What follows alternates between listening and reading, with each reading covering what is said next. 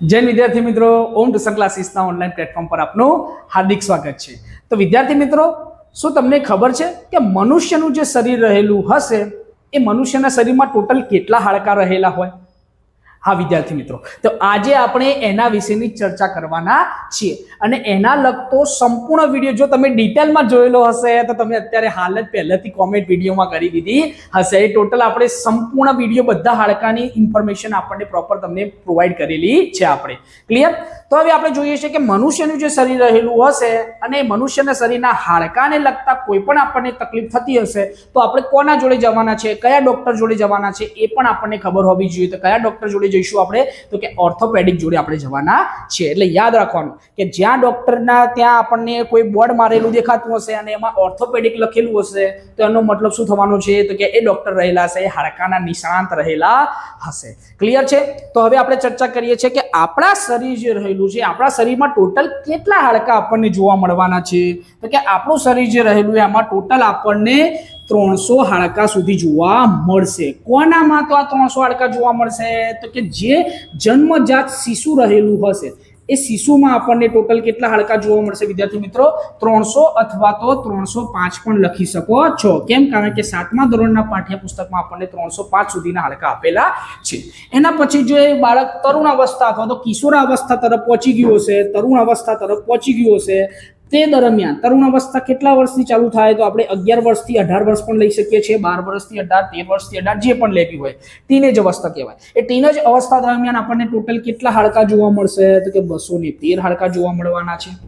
એના પછી કે પુખ્ત વ્યક્તિ થઈ ગયો હશે કે 18 વર્ષ પૂરા થઈ ગયા હશે અને એના શરીરનું શું થઈ ગયું છે ભાઈ?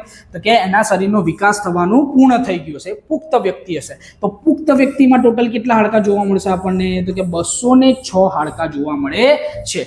એમાંથી અક્ષીય કંકાલ જે કહીએ છીએ, એમાં કંકાલના ટોટલ 2 પ્રકાર પડે। એવું કંકાલ વિશેની સંપૂર્ણ માહિતી આપણે પેલા વિડીયોમાં આપેલી છે, જો તમારે એ પણ નિહાળવું હોય તો એ પણ તમે જરૂરથી નિહાળી શકો છો। અહીંયા અક્ષીય કંકાલ રહેલું છે, અક્ષીય કંકાલમાં ટોટલ કેટલા હાડકાં રહેલા હશે? તો કે 80 હાડકાં રહેલા હશે।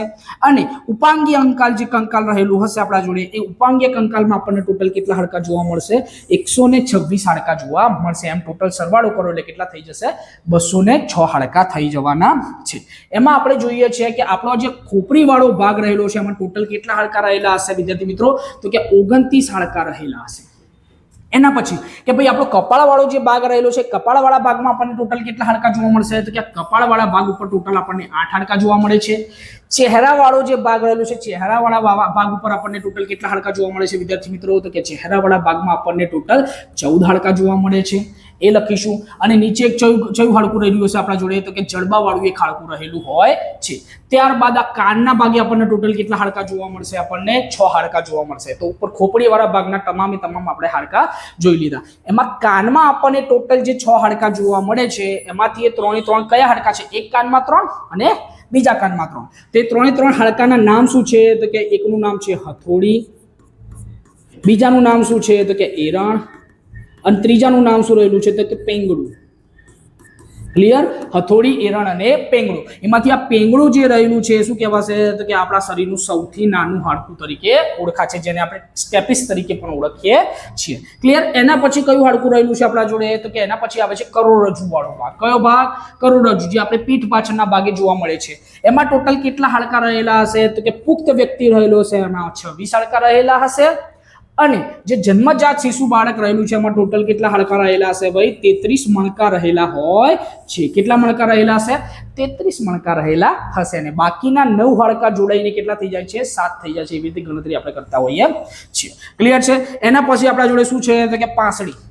પાંસળીઓ ટોટલ આપણને કેટલી જોવા મળે છે વિદ્યાર્થી મિત્રો? તો કે 24 પાંસળીઓ જોવા મળે છે। આ 24 પાંસળીઓ એટલે કેટલા જોડ થઈ કહેવાય? તો કે 12 જોડ થઈ કહેવાય। અને આ વચ્ચે વાળું જે ભાગ દેખાઈ રહ્યો છે, વચ્ચે વાળો ભાગ શું રહેલો છે? તો કે એક હાડકું મેન રહેલું હશે। એના ફરતે શું આવેલી હશે? રિબ્સ આવેલી હશે, એટલે કે પાંસળીઓ આવેલી હશે। કેટલી? 24। એમાંથી તરતી કેટલી રહેલી હશે? તો કે છેલ્લી 2 જોડ। કઈ જોડ? છેલ્લી 2। કઈ? 11મી અને 12મી જે જોડ રહેલી હશે એ કેવી હશે? તો કે તરતી રહેલી હશે। જ્યારે 7 થી લઈને 10 સુધીની જો જોડ છે એ શેમાં જોડાયેલી હશે? એક જ હાડકા સાથે જોડાયેલી હશે. ક્લિયર છે? આ અતિશયની વાત કે આટલા અંગોની. એમાં જોવા જઈએ તો હાથવાળા ભાગમાં આપણને ટોટલ કેટલા હાડકા જોવા મળશે? તો કે એક હાથમાં 30 હાડકા જોવા મળે છે અને બીજા હાથમાં પણ ટોટલ કેટલા જોવા મળશે? તો કે 30 એટલે કેટલા થઈ જવાના? તો કે 60 થઈ જવાના. પગમાં પણ ટોટલ કેટલા હાડકા જોવા મળે છે આપણને? 30 હાડકા જોવા મળે છે. બીજા પગમાં પણ કેટલા જોવા મળશે? 30 એટલે 120 થઈ જવાના. તો ઉપાંગીયમાં આપણને ટોટલ કેટલા હાડકા મળી ગયા? તો કે 120 પતી ગયા. બાકીના કેટલા રહ્યા? 6 હાડકા બાકી રહ્યા. એ 6 હાડકામાં કયા લઈશું? તો કે નિતંબ વાળા હાડકા 3 લઈ લઈશું અને જોડે જોડે સ્કંદ મેખલા વાળા આપણે હાડકા લઈ લઈશું. એટલે ટોટલ આપણા જોડે કેટલા હાડકા થઈ જવાના છે? 3 એટલે ટોટલ આપણા જોડે 6 હાડકા. ટોટલ 6 હાડકા એટલે ટોટલ કેટલા થઈ ગયા? 126 હાડકા થઈ જવાના છે. અને ઉપાંગીયમાં જે આ બધી ગણતરી કરાવી, આપણે ચહેરા વાળો ભાગ છે, રિબ્સ વાળો ભાગ રહેલો છે, એ તમામ હાડકાઓ શેમાં સમાવેશ? તો ટોટલ વિદ્યાર્થી મિત્રો આપણે ઉપાંગી હાડકાઓ અને અક્ષય હાડકાઓની માહિતી સંપૂર્ણ મેળવી દીધી છે.